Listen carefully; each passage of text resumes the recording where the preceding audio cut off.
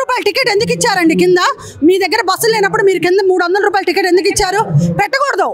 మీరు వెళ్ళిపోండి, నడుచుకుంటూ వెళ్ళిపోండి అని చెప్పాలి. అసలు ఎవరున్నారండి అక్కడ? 300 రూపాయల టికెట్ ఇచ్చాక మీ అన్ని వివిఐపి వాళ్ళకండి అని అంటే ఎవరు ఎలా వస్తారు? నడవలేని వాళ్ళు ఎలా వస్తారండి? వెనక్కి వెళ్ళిపోతున్నారు మొత్తం వివిఐపి వాళ్ళు. రండి మాట్లాడండి మీరు కూడా. ఇందా మనం అందరూ చూపించండి ఆవిడ కూడా.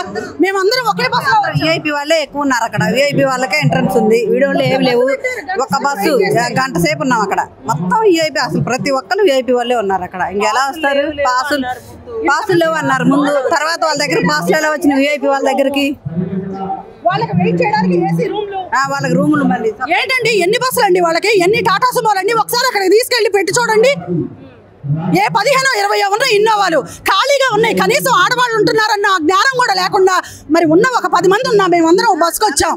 రెండు ఇన్నోవాలు పడిపోతాయి, సరిపోతాయి మాకు. ఎందుకు పంపించలే? బస్సు వచ్చిందాక వెయిట్ చేయమన్నారు. ఏ బస్సు? ఒక్క బస్సా అండి? విజయవాడ మొత్తానికి ఒక్క బస్సేనా? నవోదయ వాళ్ళు స్పాన్సర్, అది కూడా. మీకంటూ లేదా? గుడి తరపున ఏం లేవా? ఉచిత బస్సులు లేవా? ఏం చేశారు ఇవన్నీ?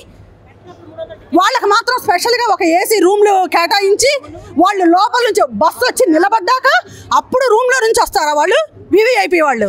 మేము మనుషులం కాదా?